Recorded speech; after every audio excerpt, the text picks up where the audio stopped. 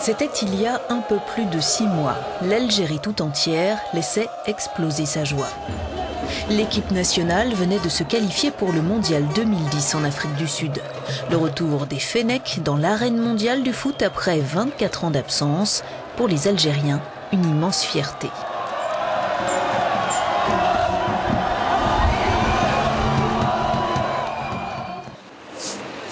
Cette vague d'euphorie semble avoir balayé d'un souffle les fantômes qui hantaient l'Algérie.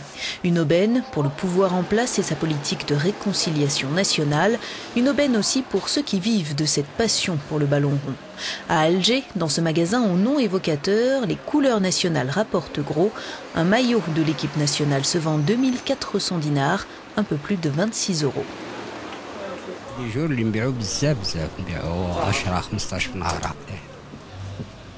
Certains jours, on vend beaucoup de maillots, jusqu'à 10 ou 15 dans la journée. Depuis la qualification de l'équipe nationale algérienne pour le mondial, ces maillots se vendent très bien. Même les petits de 2 ans les portent, comme les adultes. L'arbre qui cachait les attraits de l'Algérie aux yeux des investisseurs s'est subitement éclipsé. Grâce au foot, l'image du pays a changé et de grandes entreprises ont décidé d'exploiter le filon, comme ce fabricant de rasoirs qui organise un tournoi parrainé par une figure emblématique du football algérien dans les années 80, Lakhdar Belloumi. Le concept, le jeu des petits bois, des matchs joués par des équipes de 3 dans les rues du pays. Moi, je suis le fruit de ce jeu des petits bois. Celui qui n'a pas joué à ce jeu dans la rue ou sur un terrain vague dans son enfance ne peut pas devenir un joueur de haut niveau.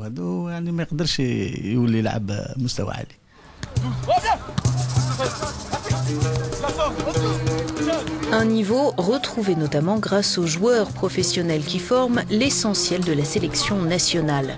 Des binationaux formés pour la plupart en France et qui ont choisi de jouer pour l'Algérie.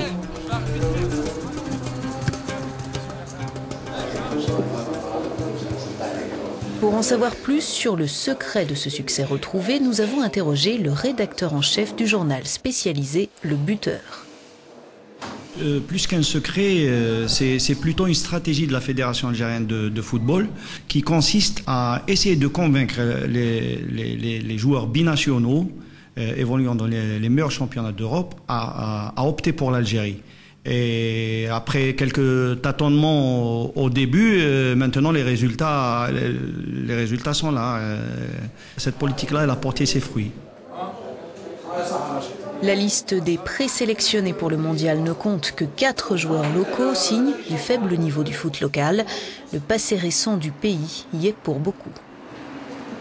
Malheureusement, après la période de la décennie noire, le football a été touché, tout comme l'économie, tout comme les autres secteurs de la vie publique. Le joueur algérien, malheureusement, durant cette période-là, il n'était pas dans le meilleur contexte pour progresser, pour évoluer. Dans les années 90, le ciel algérien s'est assombri. Une vague de terrorisme et de violences meurtrières a plongé le pays dans une crise profonde et le monde du football n'a pas été épargné. Déclin des Fennecs et des clubs locaux dans les compétitions internationales et continentales, des intérêts des politiques et pire encore, des intérêts du peuple. Aujourd'hui, la dynamique des Verts a ranimé le foot algérien et immanquablement aussi l'intérêt des responsables politiques. La professionnalisation recommandée par la FIFA a été adoptée. Abderrahmane Madawi, sélectionneur de l'équipe algérienne durant les années de plomb, se dit satisfait, mais il insiste sur la formation.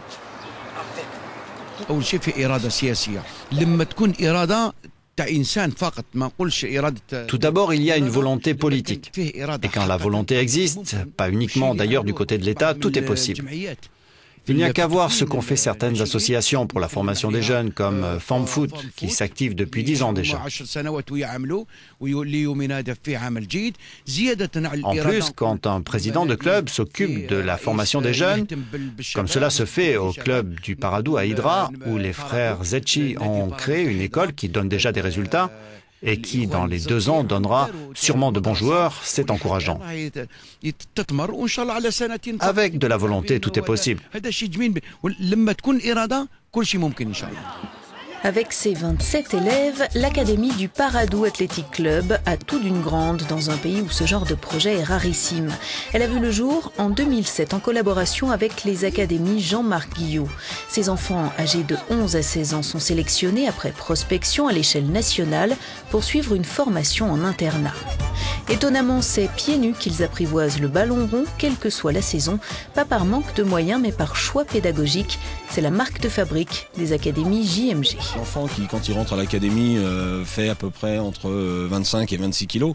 Si vous lui mettez 200 ou 300 grammes à chaque pied, c'est comme si, par exemple, vous mettiez un handicap supplémentaire à quelqu'un qui veut commencer à courir et vous le chargez avec un sac de 20 kilos. Autant le laisser naturellement, pieds nus, et puis comme ça, au niveau de la sensibilité, au niveau du toucher de balle, c'est quand même très important, et puis ça bonifie sa technique. Après les entraînements du matin, les enfants regagnent les bancs de l'école.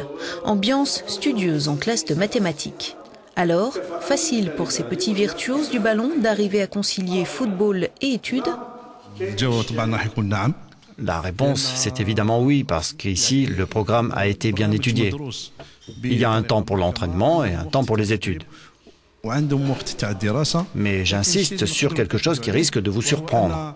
Le fait que les responsables de cette académie donnent peut-être plus d'importance encore aux études qu'au football. Digne de ce qui se fait en Europe, cette académie se veut à l'image du Paradou AC. Ce petit club de quartier créé en 1994 a progressivement gravi les échelons pour accéder en première division 8 ans plus tard. Une réussite qui a donné à ses dirigeants l'idée de créer l'académie pour former les jeunes espoirs de demain.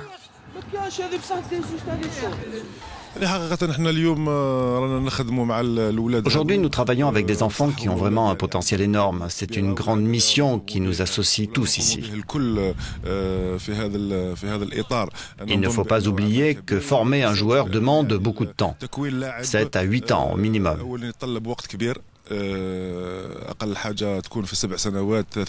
Et je pense et j'espère que la majorité de ces joueurs intégreront de grands clubs. Mais les premiers à en bénéficier seront l'équipe nationale et le football algérien. Porté par la ferveur collective, le rêve se poursuit. De retour dans la cour des grands, le football algérien prépare sa participation au mondial, la 3e de son histoire, au rythme du 1-2-3 Viva l'Algérie, cher à tous ses supporters, même les plus précoces. 1, 2, 3.